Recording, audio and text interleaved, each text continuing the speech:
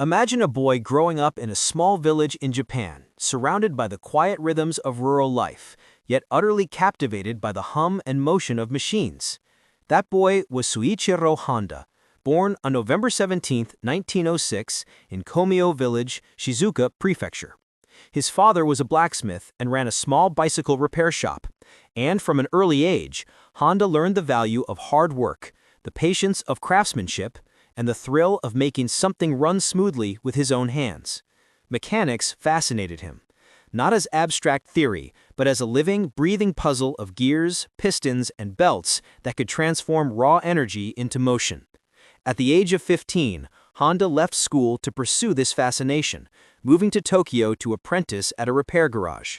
There, he spent 6 years immersed in the real world of engines, learning not from books, but from trial and error, from watching and doing, from listening to the subtle sounds of a motor as it ran or faltered. He returned to his hometown in his early 20s and opened his own small repair workshop. It was modest, but it was his laboratory.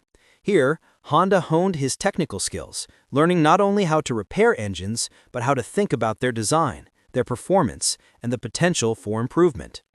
Honda's curiosity was not limited to workshops and garages. He was drawn to speed and competition, entering car races as a teenager and working as a mechanic in early racing teams. The thrill of the racetrack taught him more than just adrenaline. It taught him precision, risk management, and the pursuit of efficiency under pressure. A serious crash eventually ended his days on the track, but it reinforced an essential part of his character: a relentless commitment to learn from experience, to refine his craft, and to seek better ways of building machines. By the late 1930s, Honda had taken his first step into manufacturing. He founded a small company called Tokai Seiki, focused on producing piston rings. Early attempts were far from perfect. Most of his products failed to meet standards, but Honda's determination was remarkable. He studied material science, consulted with experts, and experimented tirelessly. Over time, he learned how to improve yields and achieve precision that rivaled more established manufacturers. His dedication during these early years was a testament to his belief that quality came from knowledge, attention, and persistence.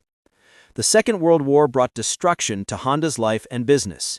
His factory was damaged by bombing and an earthquake, and he ultimately sold the remains of his company. For many, such setbacks would have been devastating, but for Honda, they were merely obstacles to overcome.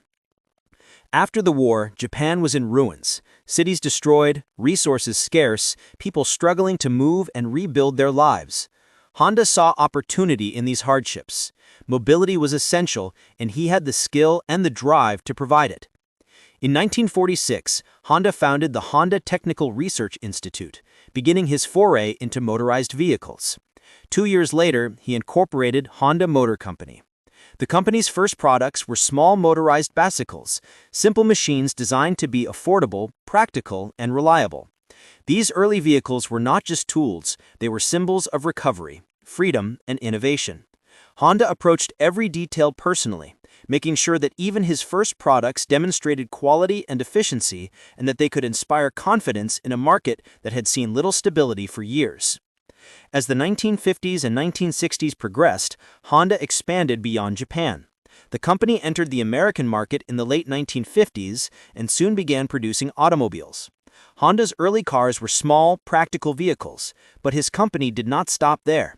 Sports cars, trucks, and family cars soon followed, each product reflecting the same attention to engineering, efficiency, and innovation that Honda had valued since his first apprenticeship. One of the company's most significant technical achievements came in the 1970s with the development of the CVCC engine, which allowed Honda vehicles to meet increasingly strict emission standards.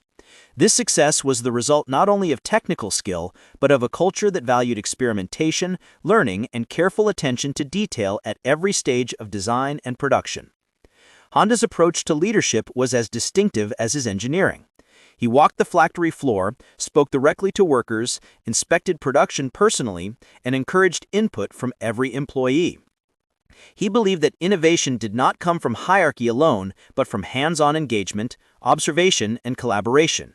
He refused to separate management from production, understanding that true knowledge came from experience and from direct interaction with the work itself.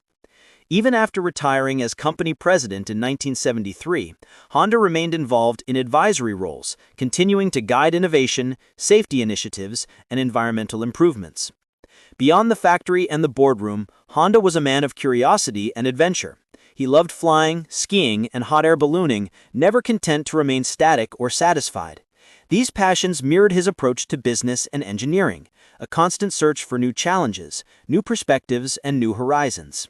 Even in his personal life, Honda applied the same principles of careful observation, experimentation, and continuous learning that defined his career. The lessons from Soichiro Honda's life are manifold.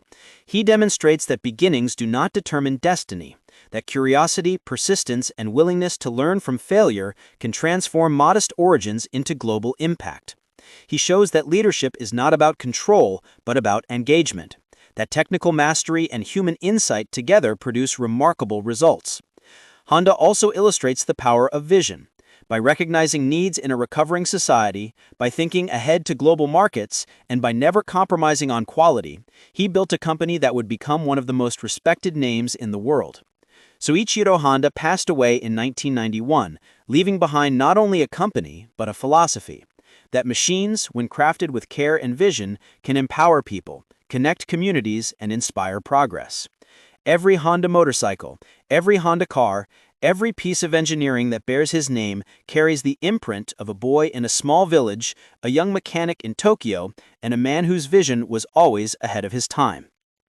His life is a reminder that innovation is not born from comfort, but from curiosity and courage, that setbacks are opportunities for learning, and that true craftsmanship is as much about dedication and persistence as it is about talent. In reflecting on Soichiro Honda's journey, we are reminded that the story of a machine can also be the story of a human spirit. The engines he built may run on fuel, but the legacy he left runs on ambition, creativity, and resilience. From a small repair shop in Shizuoka to factories across the globe, his life demonstrates that progress, invention, and determination are inseparable, and that one person's vision can quite literally move the world.